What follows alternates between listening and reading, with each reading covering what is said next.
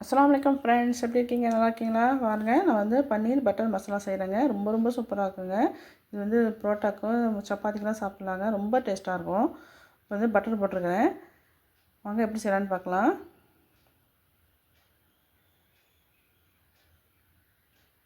வந்து நம்ம பன்னீரை வறுத்து எடுத்துக்கலாம். அதுக்கு வந்து பட்டர் போட்டு அதில் வந்து மிளகாத்தூள் கொஞ்சம் போட்டு 1/2 ஸ்பூன் போட்டிருக்கேன். ஜீரகத்தூள் 1 ஸ்பூன் போட்டிருக்கேன். உப்பு வந்து கொஞ்சமாக போட்டிருக்கேன். இப்போ வந்து நம்ம பன்னீரை லைட்டாக அப்படியே வறுத்து எடுத்துக்கலாம்.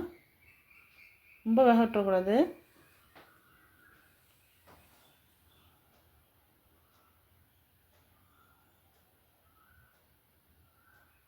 வேகமாக அவசர அவசரமாக கிண்டக்கூடாது. கொஞ்சம் பொறுமையாக அது பார்க்கணும். பன்னீர் வந்து அப்போ உடைய ஆரம்பிச்சிடும்.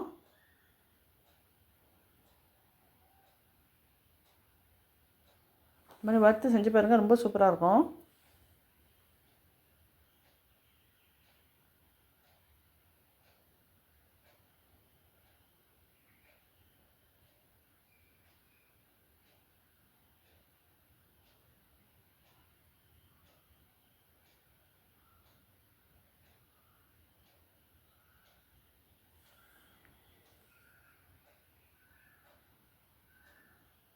பொறுமையாக திருப்பி விடணுங்க.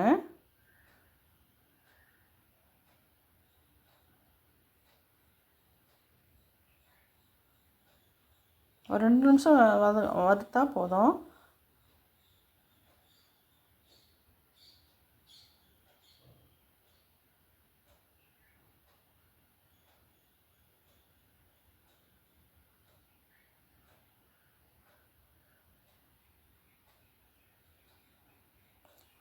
இதை அப்படியே எடுத்து வச்சுக்கிட்டலாம். இன்னொரு சட்டியில் வந்து இன்னொரு ஃபேனில் வந்து நான் ஆயில் ஊற்றிக்கிறேன். கொஞ்சமாக ஆயில் ஊற்றி தக்காளியை வதக்கிக்கிறேன். வதக்கி செய்யுங்க, ரொம்ப சூப்பராக இருக்கும். பழுத்த தக்காளியாக 2 பெரிய சைஸ் தக்காளி எடுத்துருக்கேங்க. இதெல்லாம் வதக்கி நம்ம அரைச்சி செய்யணும்.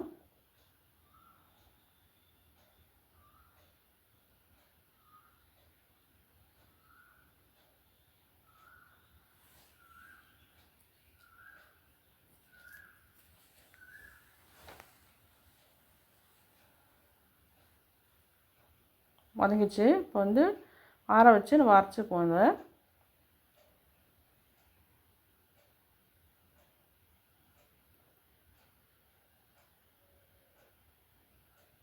இதோட முந்திரி கசாசம் ஊற வச்சுருக்குறேங்க. அதையும் சேர்த்து தக்காளியோட அரைக்க போகிறேன். அதையும் காமிக்கிறேன்.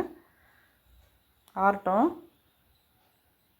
இப்போ அதே ஃபேனில் வந்து நான் வந்து பட்டர் போட்டுக்கிறேன்.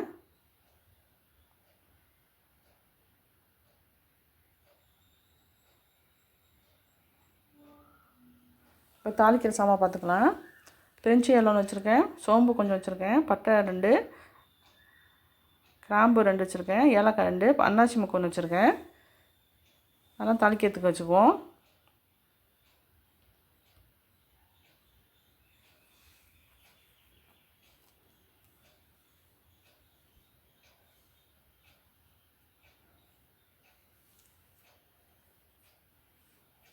பெரிய சைஸ் பல்லாரி வந்து சின்ன சின்ன பீஸாக கட் பண்ணி வச்சுருக்குறேங்க. நிறையா போட்டுக்கணும். வெங்காயம் தக்காளி தாங்க இந்த கிரேவி கொடுக்குறத. இல்லாட்டி கம்மியாக இருக்கும் கிரேவி. அதனால் தக்காளி வெங்காயம் நல்லா தாராளமாக போட்டுக்கணும். வெங்காயம் வந்து நல்லா சுருள வதங்கணுங்க.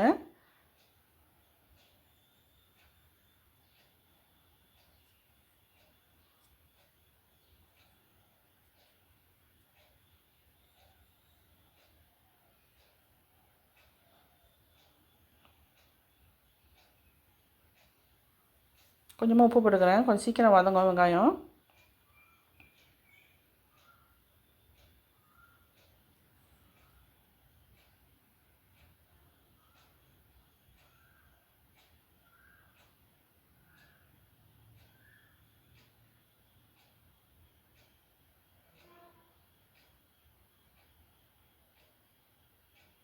நல்லா வதங்கணும். இப்போ தக்காளியெல்லாம் அரைச்சிட்டு வந்துடலாம்.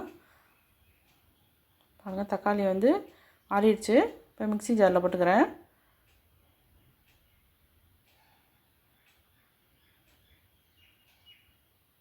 நாலஞ்சு முந்திரி வச்சுருக்கிறேங்க, ஊற வச்சுருக்கிறேன். கொஞ்சமாக கசகசா வச்சுருக்கேன். அதுலேயே தயிர் வந்து ஒரு ஒரு மேஜர் கண்டி ஊற்றிக்கிறேங்க. இந்த மாதிரி ஊற்றி பாருங்கள், ரொம்ப சூப்பராக இருக்கும். தயிர் சேர்த்து செஞ்சு பாருங்கள், நல்லா டேஸ்ட்டாக இருக்கும். முந்திரியும் கசகசாவையும் ஊற வச்சுருக்கிறேன், அதையும் சேர்த்துக்கிறேன். ஃபைன் பேஸ்ட்டாக நல்லா அரைச்சிட்டு வந்துடணும். இதை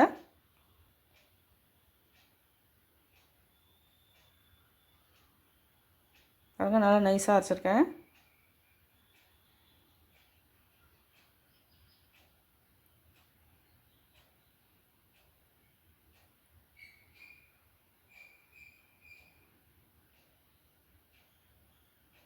நல்லா வெங்காயம் நல்லா சுருளாக வதங்கிடுச்சு. இந்த ஸ்டேஜில் நம்ம அரைச்சிட்டு வந்த தக்காளி முந்திரி பேஸ்ட் அதுக்கு இதில் சேர்த்துக்கிறேன்.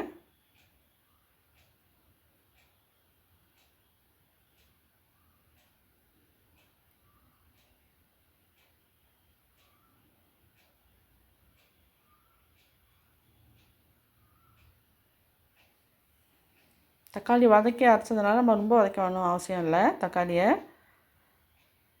மிளகாத்தூள் ஒரு ஸ்பூன் போடுறேன். உங்கள் காரம் தேவைப்பட்டால் கூட போட்டுக்கோங்க.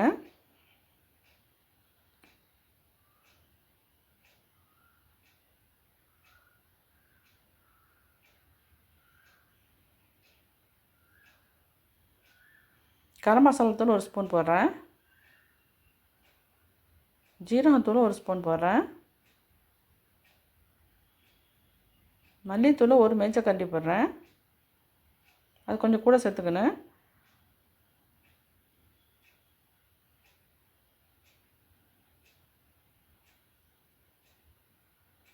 மசாலா வாசனை போகிற வரைக்கும் வதக்கணுங்க.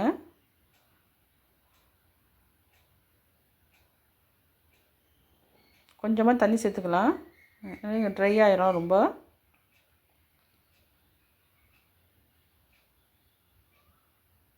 இஞ்சி பூண்டு அரை ஸ்பூன் போட்டுக்கிறேன்.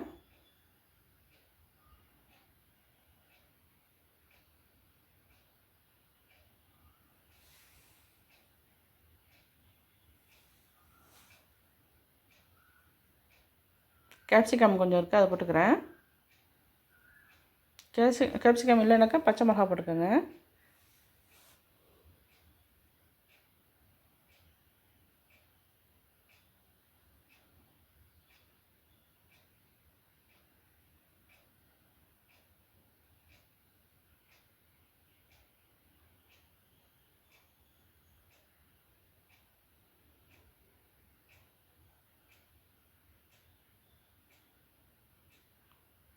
ஒரு கப்பு தண்ணி சேர்த்துக்கோங்க. நான் அரை கப்பு ஊற்றினேன், ட்ரை ஆகிடுச்சு. இன்னொரு அரை கப்பு ஊற்றிருக்கேன். அதனால் நீங்கள் ஒரு கப்பு ஊற்றிக்கோங்க, கரெக்டாக இருக்கும். தண்ணி சேர்த்து கொஞ்சம் இருந்தால் தான் கிரேவி நல்லாயிருக்கும். அதனால ரொம்ப திக்காயிரும், கிரேவி பார்த்துக்கு இருக்காது.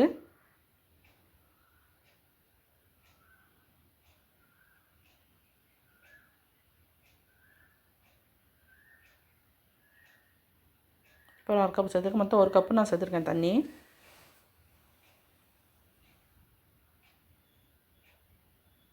முந்திரி பேஸ்ட்லாம் போட்டதுனால திக்காயிரும், அதனால் நம்ம கவலைப்பட வேணாம். தண்ணி ஆயிரமேண்டு கிரேவி ஆயிரும், நல்லா திக்காயிரும்.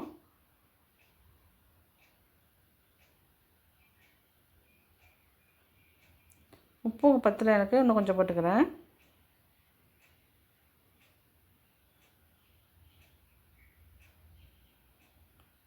ஜீனி வந்து அரை ஸ்பூன் போட்டுக்கிறேங்க. இது சேர்த்து பாருங்கள், ரொம்ப டேஸ்ட்டாக இருக்கும்.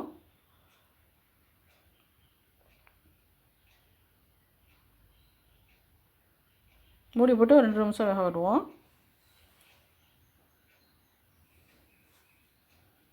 பாருங்கள், ஆயிலெலாம் பிரிஞ்சு வந்துடுச்சு பாருங்கள்.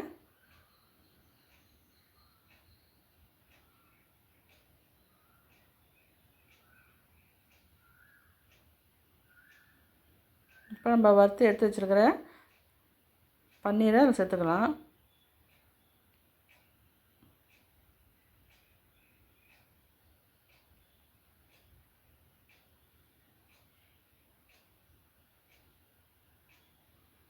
இப்போ ரொம்ப வேகமாக கிண்டக்கூடாதுங்க, உடஞ்சிரும். மெதுவாக பண்ணணும், திருப்பி விடணும். பாருங்கள், இப்போயே அப்படி கிரேவி ரொம்ப திக்காக இருக்குது பாருங்கள்.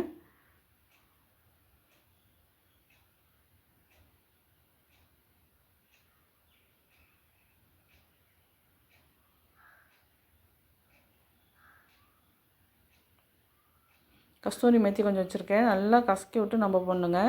ரொம்ப ரொம்ப சூப்பராக இருக்கும். இது போட்டு பாருங்கள். இதெல்லாம் போட்டால் தான் நம்ம ஹோட்டலில் செய்கிற மாதிரியே வாங்கி சாப்பிட்ற மாதிரியே டேஸ்ட் கிடைக்கும் நமக்கு.